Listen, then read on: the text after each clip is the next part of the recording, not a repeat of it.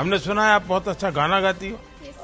गंगाधर शंकर करुणाकरा मामव भवसागर तारका भो शंभो शिव शंभो स्वयंभो।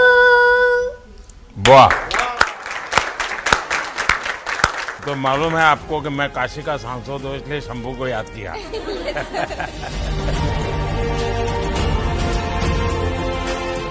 इस फिल्म ने हमारे तमाम जवान जो जोखिम से भरी हुई जीवन जीते हैं उसको याद दिला रहे हैं। नई पीढ़ी को देखना चाहिए और मैं तो कहूँगा, क्योंकि मैं जाने कितने वर्षों के बाद ये फिल्म देख रहा हूँ किसी थिएटर में आकर के, और मैं इसीलिए देखने आया क्योंकि ये रिजांगला की लड़ाई हमारा एक एक फौजी, एक एक जवान, और खासकर वो अहीर जो गुड़गांव, हरियाणा और आसपास के रेवाड़ी के रहने वाले हैं, वो आज भी गर्व करते हैं और उनकी इस बहादुरी पर पूरा देश गर्व करता है। ये गौरवशाली इतिहास जो हमारी फौज का है वो आने वाली पीढ़ी भी देखे, समझे और जाने। क्योंकि फिल्म देख करके आए हम लोग और वो लड़ाई और वो तस्वीरें हम लोगों ने देखी हैं, कितना एक एक जवान ने हजारों हजार की संख्या में चीनी फौजियों का मुकाबला किया। कहा तो ये जाता है कि आखिरी बुलेट तक, आखिरी शरीर जो जवान का जिंदा था और आखिरी सांस तक लड़ करके उन्होंने अपनी ज़मीन को, मातृभूमि को, अपनी धरती को बचाया। ऐसी बहादुर फौज जिसने आखिरी सांस तक लड़े हों, ऐसे बहादुर लोग जो आखिरी बुलेट तक लड़े हों, जो उनके पास था सब कुछ निछावर कर दिया, वो हमारी धरती, वो भारत माँ या जो हमारा भारत का क्षेत्रफल है वो कम ना हो।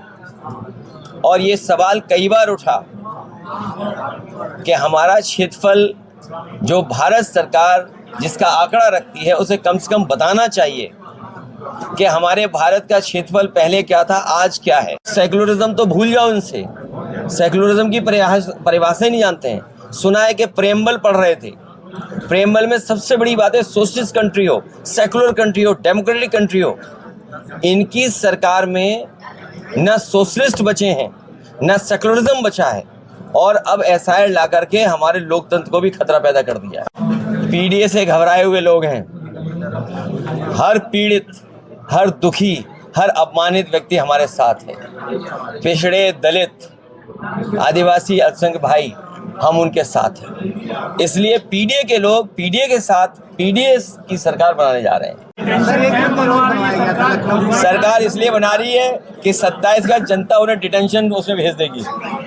भाई मैं तो बहुत दिनों से मांग रहा हूँ, ये जो गुजरात के अहीर हैं, हरियाणा के अहीर हैं और राजस्थान के अहीर भाई लोगों से हमारा निवेदन है कि अगर हम अहीर रेजिमेंट मांगते हैं तो गुजरात में हमारा पुतला फूंकते हैं। अब आप बताओ ना, तुम मांग रहे हो ना अहीर रेजिमेंट, हमें खुशी है कि अगर हमारे साथी अहीर रेजिमेंट मांग रहे हैं। पहली इकलौती पॉलिटिकल पार्टी है जिसने अपने मैनिफेस्टो में ये लिखा कि अहीर रेजिमेंट होनी चाहिए। और हम तो ये कहते हैं जितनी भी रेजिमेंट जिन जिन नाम से मांगी जा रही हैं उन सबको बनाया जाए। इसलिए बनाया जाए कि हमारे नौजवान बड़े पैमाने पर वर्दी पहन कर के देश की सेवा करना चाहते हैं, भारत माँ की रक्षा करना चाहते हैं। इसलिए ज़्यादा से ज़्यादा फौज की भर्ती हो, ज़्यादा से ज़्यादा रेजिमेंट बने। और मैं इस मौके पर फरहान अख्तर जी को बधाई दूंगा, उनकी पूरी टीम को बधाई दूंगा। इस सरकार में महंगाई चरम सीमा पर है, बेरोजगारी चरम सीमा पर है और समय चला गया है। समय, सरकार के पास समय नहीं है। इसलिए और आपको मुख्यमंत्री बना दिया गया। नेताजी केसों के एसआईआर में बने ये लोग आरक्षण भी छीनेंगे, नेताजी एसआईआर में बने ये लोग नौकरी छीन लेंगे, एसआईआर के बहाने आपके अधिकार छीन लेंगे।